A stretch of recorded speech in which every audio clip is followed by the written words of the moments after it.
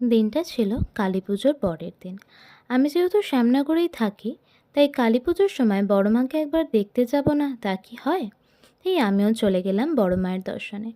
অনেকক্ষণ অপেক্ষার পর দেখা হলো মায়ের সাথে। তারপর বাড়ি ফিরে গেলাম পাড়ার মণ্ডপে। সেদিন ওখানে ছিল নেমন্তন্ন। প্রচুর লাইন ছিল, আমিও দাঁড়িয়ে পড়লাম লাইনে। বেশ ভালো লাগছিল অনেক দিন পর সবার সাথে দেখা হয়ে। তারপর বসে পড়লাম খেতে। মেনুতে ছিল ফ্রাইড রাইস, আলুর দম, পনির, চাটনি, পাঁপড়, অনেক কিছু। সব কিছু তো খেতে পারিনি, পেটটা বেশ ভরাই ছিল।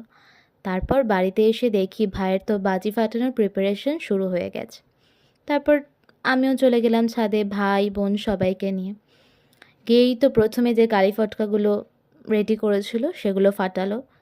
ভীষণ মজা হচ্ছিল। তারপর আমি তো চরকি আর তুবড়ি ছাড়া কিছুই ফাটাতে পারি না, তো আমি একটা চরকি জ্বালিয়ে নিলাম। তারপর হঠাৎ ভাই বলল, চল দিদি, আজ আমরা একটা জিনিস করব। আমি বললাম, কি করবি? তখন ভাই দেখি সব বাজির প্যাকেটগুলো নিয়ে আগুন ধরিয়ে দিল। বেশ, এর মধ্যে আবার কিছু কালি পটকাও দিয়ে দিয়েছিল। তো যেই আগুন ধরিয়েছে আমি তো ভয় পেয়ে গেছি। তারপর দেখি বেশ ভালোই তো লাগছে।